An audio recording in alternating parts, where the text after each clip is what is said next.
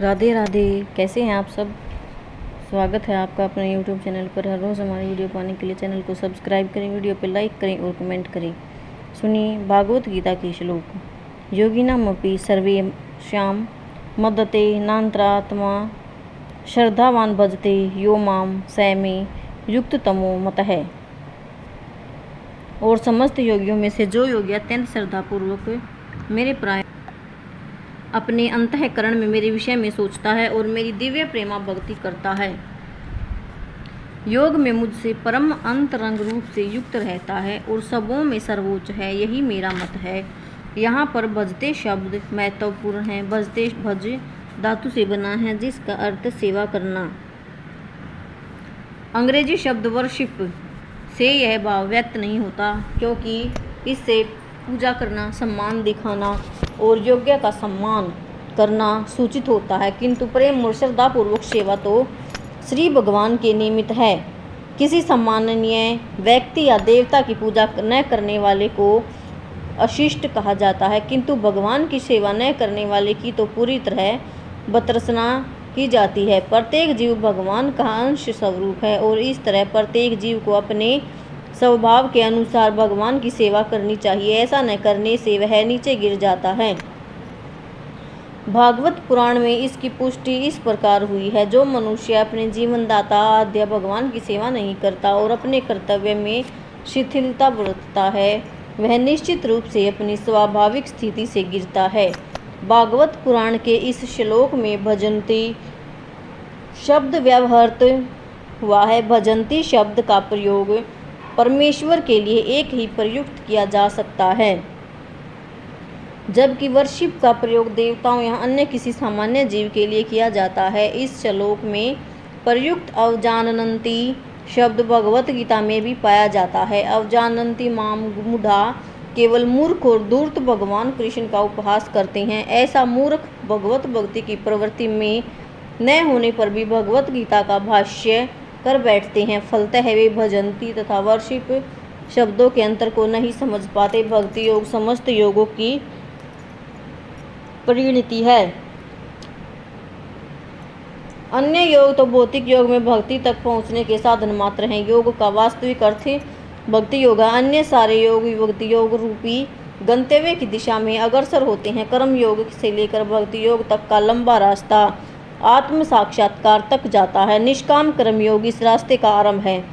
जब कर्मयोग में ज्ञान और वैराग्य की वृद्धि होती है तो यह अवस्था ज्ञान योग कहलाती है। जब ज्ञान योग में अनेक भौतिक विधियों से परमात्मा के ध्यान में वृद्धि होने लगती है और मन उन पर लगा रहता तो इसे अष्टांग योग कहते हैं। इस अष्टांग योग को पार करने पर जब मनुष्य श्री भगवान कृष्ण के निकट पहुंचता है तो यह भक्ति योग कहलाता है। यथार्थ में भक्ति योग ही चरम लक्ष्य है, किंतु भक्ति योग का सूक्ष्म विश्लेषण करने के लिए अन्य योगों को समझना होता है। अतः जो योगी प्रगतिशील होता है वह शाश्वत कल्याण के सही मार्ग पर रहता है।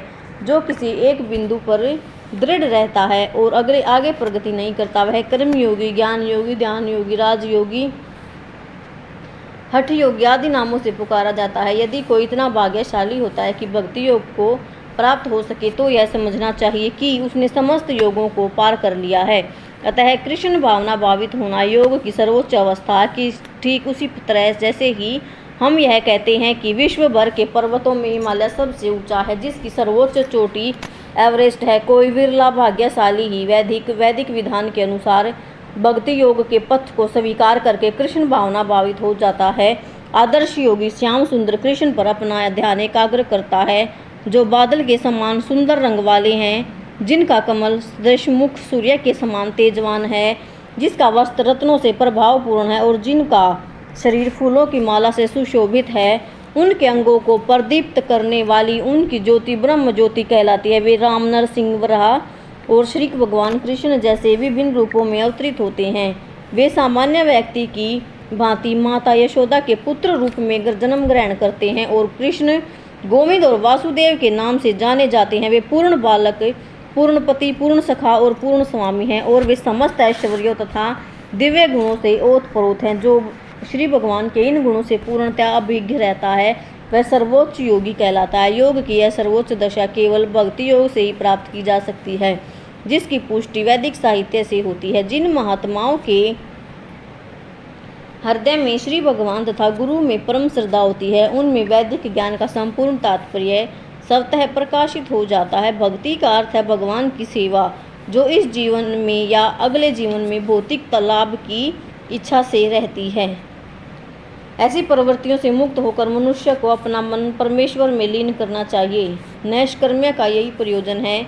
ये सभी कुछ ऐसे साधन हैं जिनसे योग की परम संसिद्धिमयी अवस्था भक्ति या कृष्ण भावनामृत को संपन्न किया जा सकता है। इस प्रकार श्रीमद् भागवत गीता के 6ठे अध्याय ध्यान योग का भक्ति वेदांत तात्पर्य पूर्ण हुआ।